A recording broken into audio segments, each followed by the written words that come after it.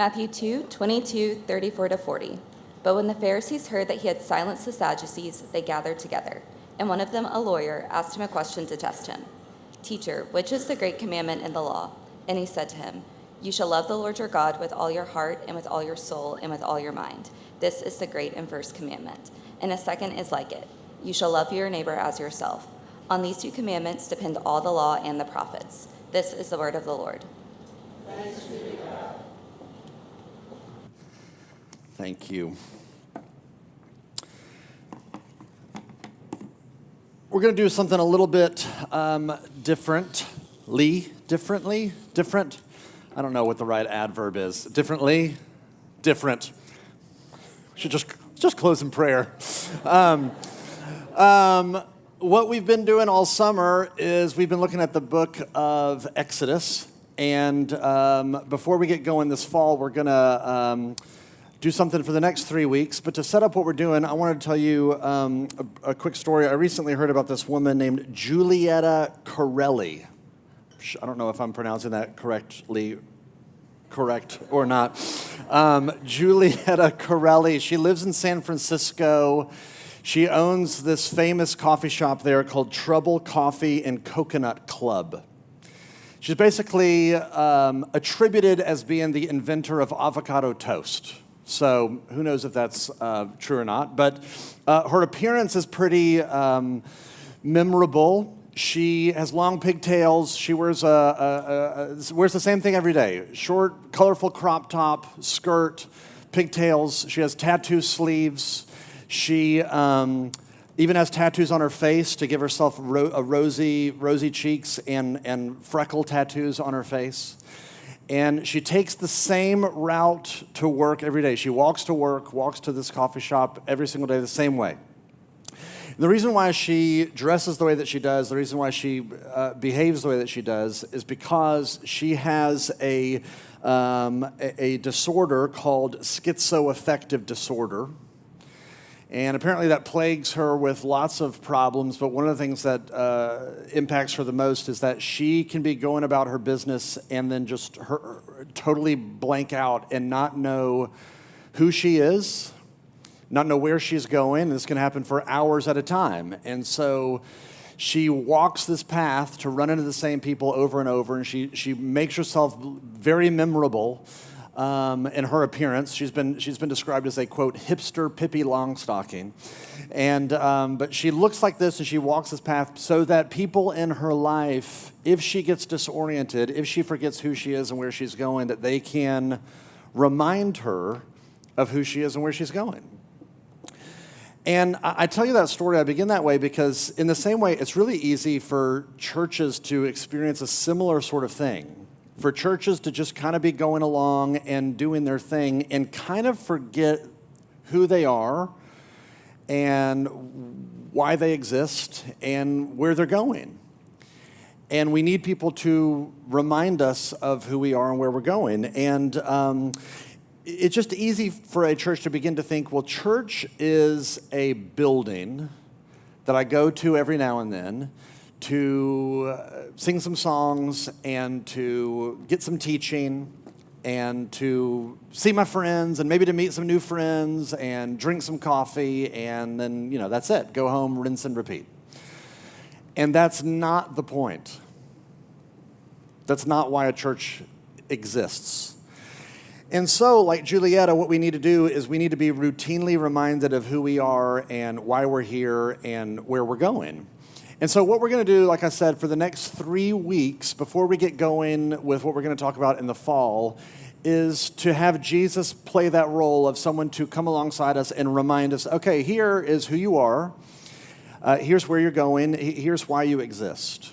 So that's what we're going to do for the next 3 weeks, just thinking through what is Jesus' vision for his church. Not what is Matt Howell's vision for the church, not what is Redeemer's vision, but what is Jesus' vision? We need him to remind us of who we are and where we're going. And so we're going to look at this really foundational passage here in Matthew 22, and I want us to see 3 things from it. We're going to see the radical claim, the radical problem, and the radical solution. So radical claim, radical problem, radical solution. First, what about this radical claim? Well, all of Matthew chapter 22, Jesus is sparring with different religious leaders. And in the passage right before this, he just dunked on the Sadducees, which is a religious group. And so now their rival street gang, the Pharisees, they're getting together and they're huddling up. And so they send in their best and their brightest to stump Jesus, to ask him a question. You see that in verse 35. It says that this guy asks Jesus a question to test him. That means to trap him, to get Jesus to say something that they can use against him. And so he asks him this question. He comes up, he says, "Teacher, which is the great commandment in the law?" Here's what he's doing. He knows that Jesus has been spending a lot of time hanging out with criminals, with sinners, with people who don't give a rip about God's law. And so they ask him this question, and they're expecting Jesus to say something like, well, you know what? God's law we don't really need that anymore. It's not a big deal. God is a God of grace, after all. And so God doesn't really care about what you do. And as soon as Jesus would have said that, he would have been exposed as a heretic. Because what the Pharisees rightly understood was that God's law was like a blueprint for humanity. Here's how humanity operates best. It's not just busy work. They got that right. God cares about life. He wants life to flourish. And so he says, do not murder. That's going to help life flourish. He wants marriages to flourish. So he says, do not commit adultery. That's what helps marriages flourish. And so if Jesus were to say, law, shma, he would have been exposed. He doesn't care about human flourishing. He could have been totally discredited, but that's not what he says. Look at what he says. He says in verse 37, "You shall love the Lord your God with all your heart and with all your soul and with all your mind." He quotes Deuteronomy 6. Love the Lord your God with everything in you. And then he goes on and he says, this is the great and first commandment. And the second is like it. You shall love your neighbor as yourself. He says God's law supremely matters. And if you take all of those laws in the Old Testament, at the top of the list is love God and love your neighbor. And then he drops this bomb on them. He goes, on these two commandments depend all the law and the prophets. That word depend that he uses it's a word image. The word depend means to hang from, to be suspended by. It's like how you hang a painting on the wall by like a nail. The painting is depending on the nail. It's suspended by the nail. He's basically saying all of God's moral intentions for human beings, it hangs on loving God and loving your neighbor. In other words, what Jesus is saying, if you boil down God's design for people, you could boil it down to one word. It is to love. Human beings exist to love. That's what Jesus is saying. Now, as modern people, we hear that and think, that is so sweet. Human beings exist to love. How sweet. And you miss how utterly radical this claim is. It was radical then, it is radical now. Because, in the ancient world, Aristotle said human beings had a purpose, but their purpose was to pursue their own happiness. That's why human beings exist. It is to go after whatever makes them happy. The Greek Stoics said, no, human beings have a purpose, but it's not happiness, it's virtue.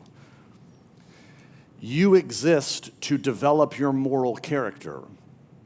And then you fast forward, our modern American culture says, no, virtue doesn't matter. What really matters is just your freedom. You are free to do whatever you want to do. That's why you exist, is you figure out who you are and you pursue your own destiny. You do you. That's your purpose.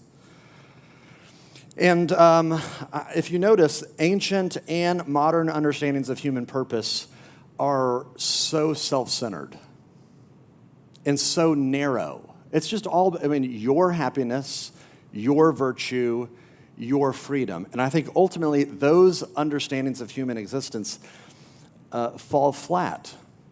They're unsatisfying because deep in the human soul, we long to be a part of something bigger than ourselves. Of course we're obsessed with ourselves, But you realize how quickly bored we get with ourselves. We want something bigger than that. It's too small, it's too narrow. And then, in fact, modern secularism comes along and says that's not narrow enough. It shrinks it down to nothing. It says the reason why you exist is there is no reason.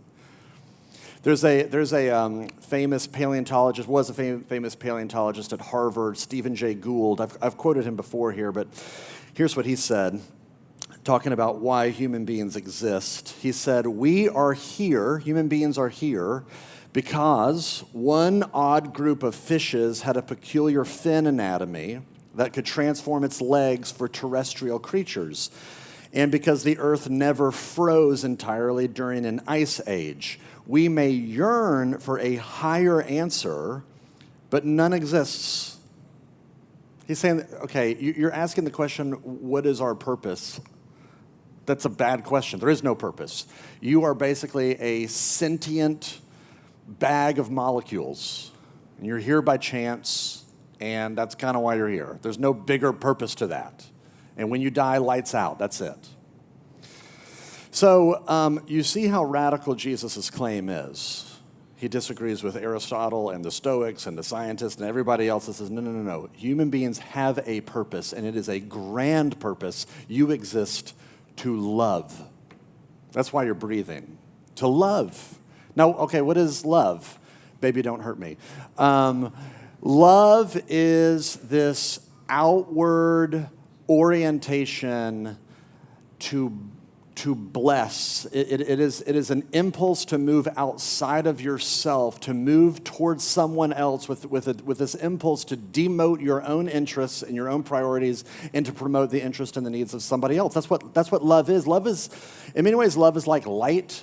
Light intrinsically radiates. It goes outside of itself. It moves beyond itself, and then it warms and it brightens whatever it touches. That's what love is. That's what love does. And God says, this is why human beings exist. It is for them to move beyond themselves to love God and to love their neighbor.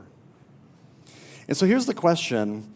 If that's true of human beings in particular, don't you think that it would also be true of what a church is? That the reason why a collection of human beings, it would share the same purpose. That a collection of human beings called the church would exist to do that very thing, to love God and to love their neighbors. Of course, that's why the church is a thing. It's the same reason why human beings are a thing. William Temple was a 20th century pastor, and I put a quote at the beginning of your bulletin. He said this. I think he's right. He said, "The church is the only institution in the world that exists for the benefit of those who are not its members." That the church exists for the benefit of the people that aren't in it. One way to put it is you could say the church doesn't just exist for itself. This is one of the reasons why around here at Redeemer, we use this language of that we are in Midtown for Midtown. That's why we're here. We want to be for. We want to love, we want to serve, we want to bless the very neighborhood where God has put us.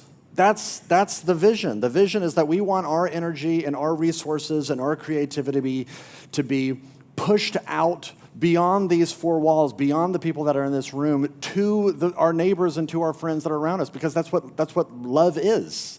We've said this before, is that our hope and our heartbeat is not that we would take the resources of the city in order to build a great church.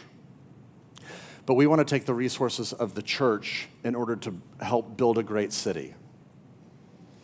And so that's why we're here. That's why Redeemer exists, because we think that's why the church exists, is to be a blessing to wherever God puts us. And so we labor and pour out our energy because we want to see more. We want to see our institutions thriving. We want to see more restaurants, more organizations, more employment opportunities, less crime, less poverty, more resources for mental health for our neighbors here, more churches, more people who come to know Jesus. That's the heartbeat. It's the vision of we want Midtown, we want our city, we want Memphis to be beautiful to great. We exist for it. It doesn't exist for us. Because that's what love is. So that's this radical claim that Jesus makes. And you start thinking through this. You start trying to think through, okay, how do we play this out? And you very quickly start bumping up against a problem. And so let's look at this radical problem, secondly, because you begin to realize, if you notice the language that Jesus uses in this passage, he refers to loving God and loving your neighbor as commandments, as divine directives, that these are things imposed on you from above. And I don't know about you, but when someone tells you what to do, you don't tend to like it. I mean, of course, as you get older and there are moments in life where you get overwhelmed and you're looking for a solution to a problem, you're like, somebody, please just tell me what to do. But for the bulk of our life, we don't want people to tell us what to do. I mean, do you want people to tell you where to send your kids to school? And how do you want someone to tell you what you should be eating or not eating? Or where you should live, what neighborhood you should live in or not live? I mean, when someone tells us what to do, that we have this innate allergy against it. I remember when I was younger, maybe 8 or 9, somewhere in there, I remember flying, and I was in a plane sitting next to my dad. And there was this little button on the armrest that it was like an icon of a person, like a little stick figure kind of icon on this button. I was like, Dad, what does this button do? And he said, if you hit that button, the flight attendant, you alert the flight attendant to say that you need something, they'll come over to you. Don't push that button. Got it. So now, what does everything in me want to do? And so the moment that he gets distracted, I push the button, which was the dumbest form of rebellion possible, because 3 seconds later when the flight attendant shows up, I'm busted. It's not always, never been a smart guy, so that, it's not good. But what is it about that instinct that says when someone tells you to not do something, that's what you want to do? Someone tells you, there is something in us that does not like being told what to do. Why? When Adam and Eve were in the garden, God gave them a law. He said, do not eat from this tree. And there was something in them that said, no, we want to be our own masters. And so they rebelled, they disobeyed, they ate from the tree. And since that moment, every human being, it's like our souls have been collapsed in on themselves. Martin Luther used this language, phrase that fallen human nature is a curvature of the soul. Our very souls, which were designed by God to be outward-oriented, are now imploded, collapsed in on ourselves, where what is now the most natural thing for us is to be self-obsessed and self-focused and have no bandwidth for other people. It's just about us. That's what has happened. You don't have to teach children to say, mine, and grab things from each other. No one's back there in the nursery saying, hey kids, scream mine and grab that toy from your friend next to you. We just show up doing that. For my Lord of the Rings nerds out there, you might know that before Gollum was Gollum was Smeagol. This is even that sentence. Stay with me. Before Gollum was Gollum, Gollum was Smeagol, and Smeagol was a hobbit. If you don't know, hobbits are like tiny, kind of like tiny human beings. They love the countryside. They love to eat. And before Smeagol got corrupted, he was just like a normal hobbit, doing his thing, cheerful, but he got corrupted by the ring, and what happened? He got turned in on himself, and the only thing that mattered to him was his needs, his interests, his precious, his desires. And so he became this distorted shell of himself, and he was willing to cheat and to lie and to kill in order to get his needs met. It's just this gruesome picture of fallen human nature curved in on itself. And so here we bump up against this radical problem, is that our souls, our fallen human nature, it is most naturally curved inwards. And that doesn't just happen with individual people. Of course, that also happens with churches. Churches can be pulled in on themselves and only be thinking about us. In fact, we use this language in a kind of modern context, of a church being ingrown, which is a gross image, like an ingrown toenail, where we're only kind of focused on us, curved in on ourselves. We're not facing outwards to try to be a blessing to our community, but we only care about us. And this happens in lots of ways. One way is when church people begin to think, well, the main thing that matters is my needs or my children's needs. And so that's why I go to church, because a church is a provider of religious goods and services, and I show up to partake of said religious goods and services. And, this is why we often use this language of being fed. This is a phrase that we use in kind of modern language of, you go to church to be fed. It exists to feed me. It exists for me, in other words. Another way that churches can become curved in on themselves is when a church loves fellowship, but is indifferent towards mission. We love hanging out with each other, love seeing our buddies, our friends, people who think like us, who believe the same things of us, not as interested in hanging out or getting to know people who believe differently than us, not as interested about people out there, only really care about us. And so when you love fellowship and are indifferent to the world around you, you exist for yourselves. I was reading a book recently, and the author was making this case or making this argument of what is the biggest problem in the American church. And they said it's not sex scandals, it's not leadership failures, it's not the conflation of politics and faith, which are all very real and all very real problems. But this particular author was making the argument that the biggest problem plaguing the American church is consumerism. Interesting. And he said, as Americans, this is just because we're just, everything we do is based on consumerism. We don't even see it. We don't even realize it's a problem. And I think he's right to some degree. I mean, every one of us, we go through life and we're always shopping. I mean, we church shop.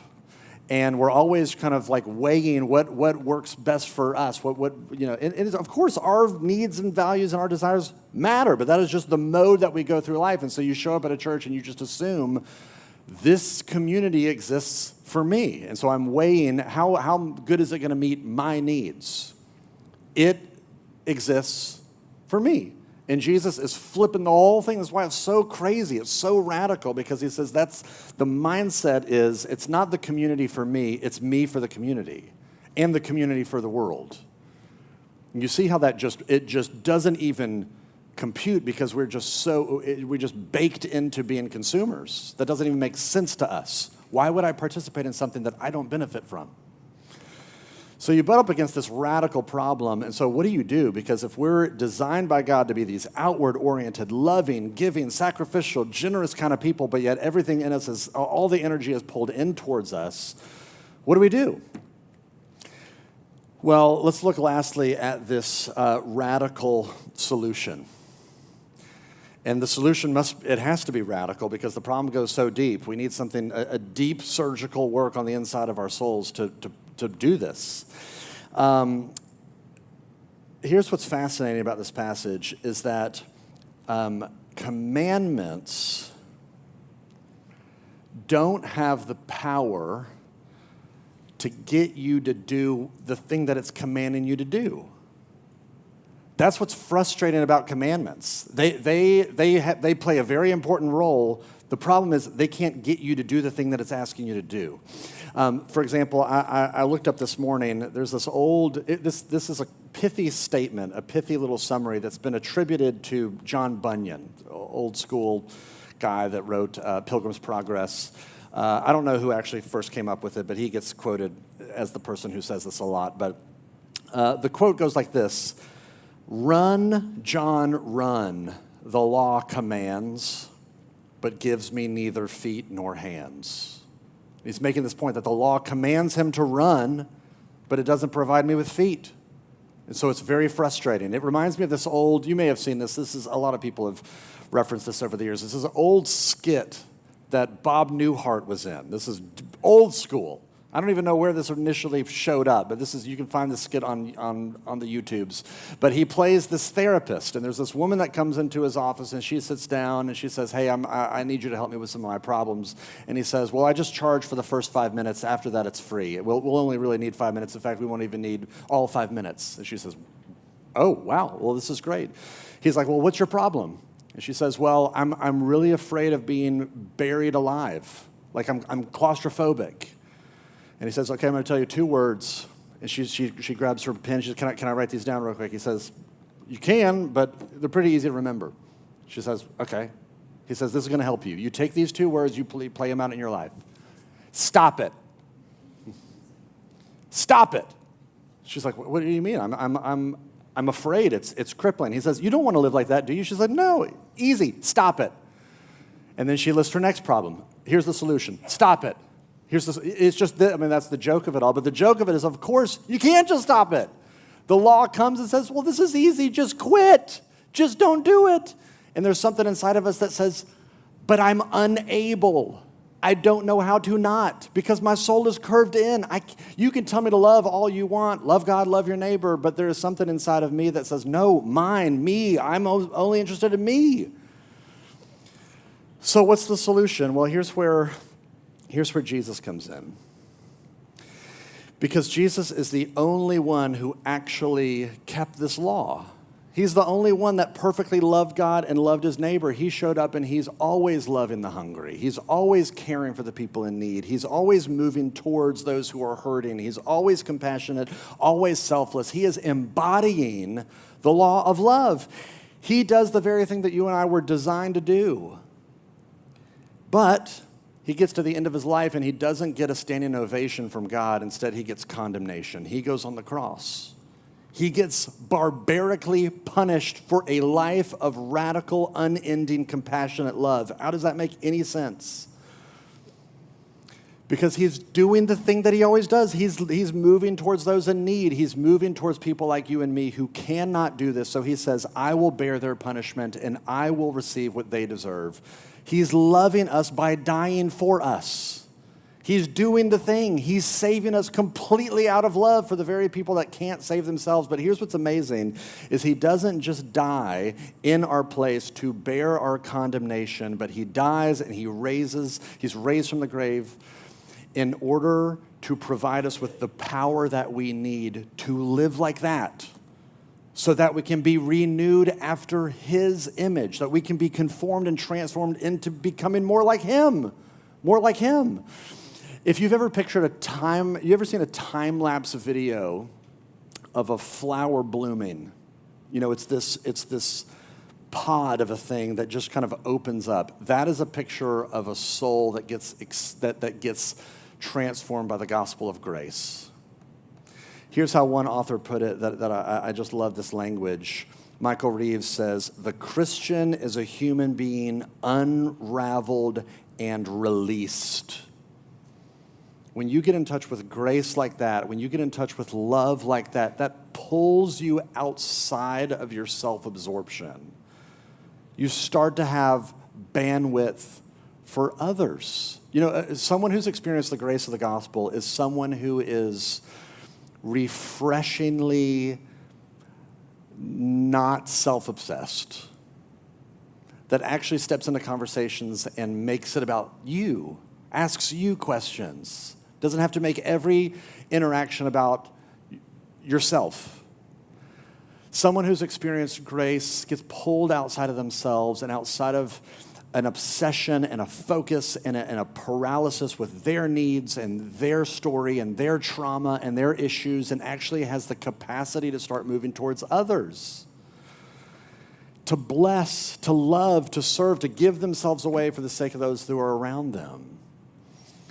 And so here's the rest of this John Bunyan thing that I said, you know, this pithy thing. He says, run, John, run, the law commands, but gives me neither feet nor hands. Far better news the gospel brings. It bids me fly and gives me wings. The gospel calls us to be people who love, but it doesn't just bark orders at us. It actually provides you with the very thing that you need in order to do it. Jesus himself dies for you. He pours his Spirit into your life, and it's only his grace and his love and his Spirit that go deep enough to radically pull you outside of yourself. So, here's where we end today. As a church, we must love. But we don't just love because it is our duty, though it is. And we don't just love because it is our design, though it is. But we love because it is our delight. Because we have experienced a love that is so shockingly scandalous. Why in the world would the Lord of the universe love people like us? I don't know. He just loves because he loves. When you get in touch with that, it will transform you into someone who loves as well. And by God's grace, it might actually turn us into a church that loves as well. Consider that an invitation for you this morning. Let me pray for us. Oh, Father, I pray that you, by your Spirit and by your grace, would pull us outside of ourselves. Father, we know that it is just our instincts to only care about us, our needs, our family, our small little sphere. And so, Father, would you be gracious to help us to be like a blooming flower, to be released, to be unraveled, that we might be the kind of people that actually care about people that we never would naturally rub shoulders with, that that any other circumstance would have no interest in, no desire for, but do a deep work in us that would transform us into be people who are committed to love, loving you and loving our neighbor. And it's in Jesus' name we pray.